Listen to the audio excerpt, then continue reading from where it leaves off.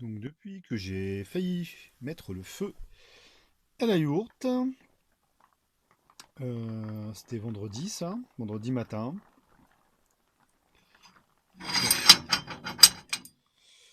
Probablement parce que ça fait un moment que j'ai pas nettoyé le tuyau, parce que comme il va tout droit, il n'y a pas de coude, donc l'essuie, elle tombe dans la machine, elle s'accumule.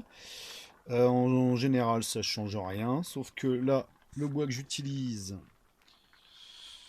est beaucoup plus efficace. Donc c'est monté en température. J'avais dû laisser tous les réglages ouverts. Enfin, le réglage. Enfin, si, ouais, il y en a aussi là. Ça s'est mis à ronfler. Comme il pleuvait, sur le coup, j'ai pas trop fait gaffe. Et puis, quand je me suis levé, ben, je me suis aperçu que là, le tuyau, il était rouge cerise. Hein, c'est-à-dire la température, normalement, pour forger, quoi. Donc, j'ai réussi à redescendre la température. Entre-temps, donc les cordes en chanvre se sont enflammées.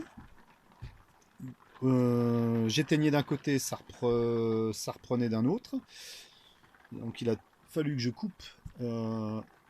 D'ailleurs avec le couteau, là, le Easy 5, donc qui maintenant reste dans le matos à bois. Que je jette les morceaux enflammés à l'extérieur. Ensuite j'ai mis une grosse gamelle d'eau froide sur la cuisinière pour absorber la chaleur. Parce que je n'avais rien pour faire mieux que cela. Cela ne m'a pas empêché de continuer à chauffer, sauf que bah, du coup, je mets beaucoup moins de bois. Voilà, j'en mets un morceau, point barre. L'après-midi même, je suis allé à Guéret chercher un seau métallique et du sable. Voilà. Si cela devait se reproduire, je mettrai du sable dans mon foyer pour étouffer le feu. Parce que, bon, cette cuisinière, elle a bien 150 ans. Elle n'est pas super étanche. Euh, Surtout, ne pas jeter d'eau parce que bah, c'est de la fonte et la fonte quand c'est chauffé à bloc, et bien ça pète. Donc c'est un coup à se prendre des morceaux de fonte dans la tronche. Et en plus, bah, l'eau sur un corps incandescent, et bien ça fait de la vapeur et donc on ne voit plus rien. Et du coup on ne peut plus agir si on ne voit plus rien. Et puis la vapeur ça peut brûler aussi. Donc du sable, du sable. Alors là pour l'instant il n'est pas super sec mais il va sécher. Voilà. Donc maintenant, je fais un peu plus attention. C'est déjà une des raisons pour laquelle je la laisse s'éteindre avant d'aller me coucher, enfin avant de m'endormir. Que même si je me couche et qu'il y a encore un bout de bois, bon, normalement, le temps que je bouquine un peu, c'est terminé. Bon, sinon, la galtouze, elle mijote. Donc, avec du riz, des haricots mojettes, courgettes, tomates, radis noirs, oignons, ail et bien sûr du curry parce que bah, le curry c'est bon pour la santé, il faut en bouffer. Donc mon pain, mon pétrin a l'air de gonfler tout doucement. C'est-à-dire que parce que le levain, j'étais pas super sûr il ressemble tellement peu à celui que j'avais il y a quelques mois. Mais bon, ça a l'air d'aller. Ça a l'air d'aller, ça y va gentiment. J'ai fait une pâte très très très molle, ouais, d'ailleurs tellement molle qu'elle colle.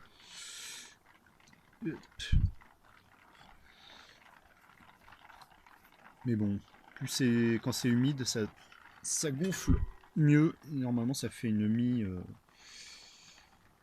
plus aérée quoi. Bon, en même temps, ça me dérange pas si ce n'est pas trop aéré. Bon, là c'est juste en fait le test. Je vais voir si mon levain est correct et si donc je l'entretiens ou si je le vire et que j'en refais un autre. D'ailleurs, je vais m'en occuper du levain. Bon, donc aujourd'hui c'est dimanche. Il flotte toujours. D'ailleurs, j'ai fermé la porte parce que bah, c'est vraiment trop humide. Je suis allé faire un tour en forêt, vite fait, 2 kilomètres.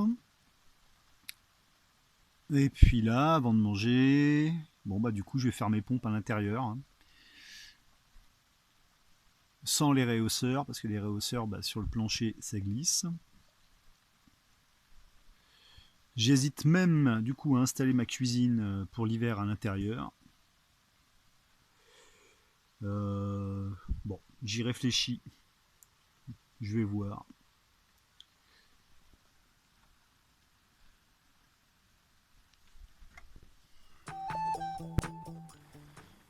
J'ai essayé de prendre contact vendredi, lorsque je suis aussi allé chercher du sable, avec une société de matériel incendie, à un quart d'heure à peu près d'ici. Je n'ai pas trouvé, j'ai trouvé le village mais pas la société. J'ai laissé un message, mais je n'ai pas été rappelé, parce que l'idée, ce serait, en plus d'avoir ce saut de sable, un extincteur. Bon, ça fait un moment que j'y pense. C'est bon, j'ai une couverture ici anti-feu, mais bon, je ne sais pas si ça marche surtout. Ce qui m'inquiéterait le plus ici, ce sont les batteries, mes générateurs lithium, parce que ça, si ça pète, si ça prend feu, euh, c'est pas simple à éteindre. Ça m'a l'air d'être une belle saloperie quand ça se met à cramer. Le seau de sable, je suis pas sûr que ça suffirait, ou alors faudrait que j'en mette un deuxième. Quand ça se met à brûler, ça ressemble à un feu de magnésium. Autant dire que bah, on n'essaye pas de l'attraper pour le balancer dehors.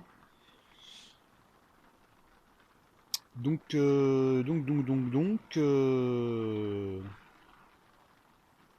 voilà, j'ai réfléchi à ça. Un extincteur à ajouter dans la yourte.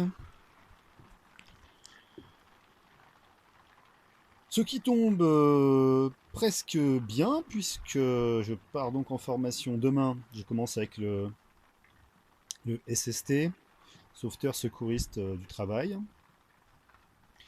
Et quelques jours plus tard, je commence la formation de sécurité incendie, le SIAP 1.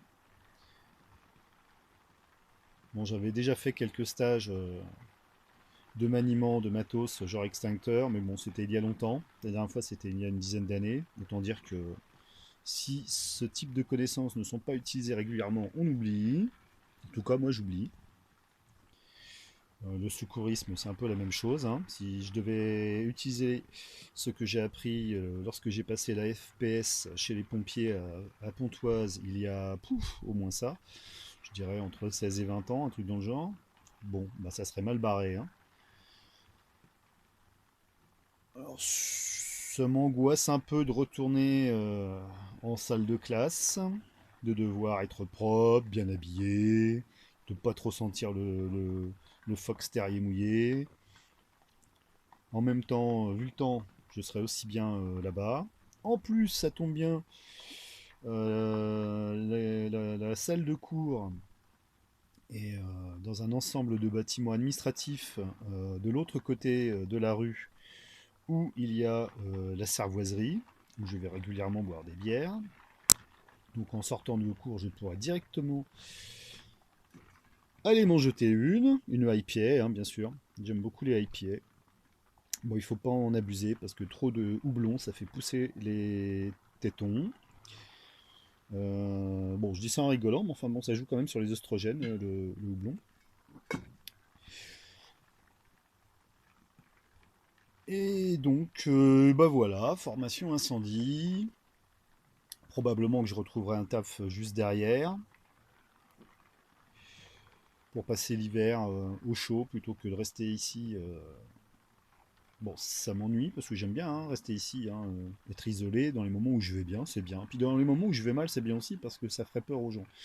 Euh, D'ailleurs, c'est un peu ce que je redoute avec les formations, c'est que bon, je suis hyper sensible, hyper réactif, impulsif. Et que, bon, si je tombe sur un formateur qui se prend pour un dieu vivant, ça va lui faire tout drôle. Voilà. Et donc, du coup, je risquerais de foutre en l'air ma formation. Parce qu'en cas de montée d'émotion, je ne peux plus gérer. Mes émotions sont comme un tsunami. Ma raison disparaît. Et ce qui reste, c'est un fou furieux. Voilà. Un fou furieux, puis qui aime ça, hein. C'est-à-dire que, bon, même à 50 balais,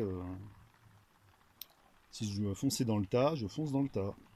Puis plus le tas est gros, plus ça m'amuse en plus. Donc bref, en fait c'est un peu ça qui m'angoisse. Alors j'ai demandé à l'une de mes voisines qui est médecin de me faire une ordonnance. J'ai donc récupéré aussi une tablette de calmant. Voilà. J'aime pas ça, mais bah, je suis pas adapté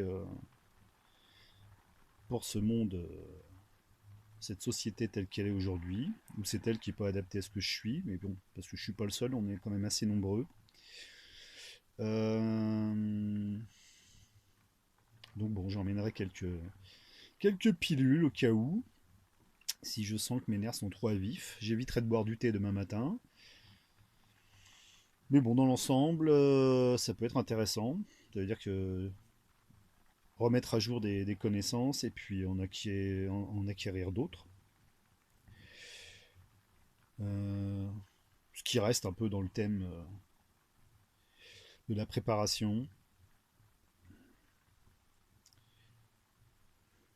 Bon, voilà, voilà. Voilà, voilà.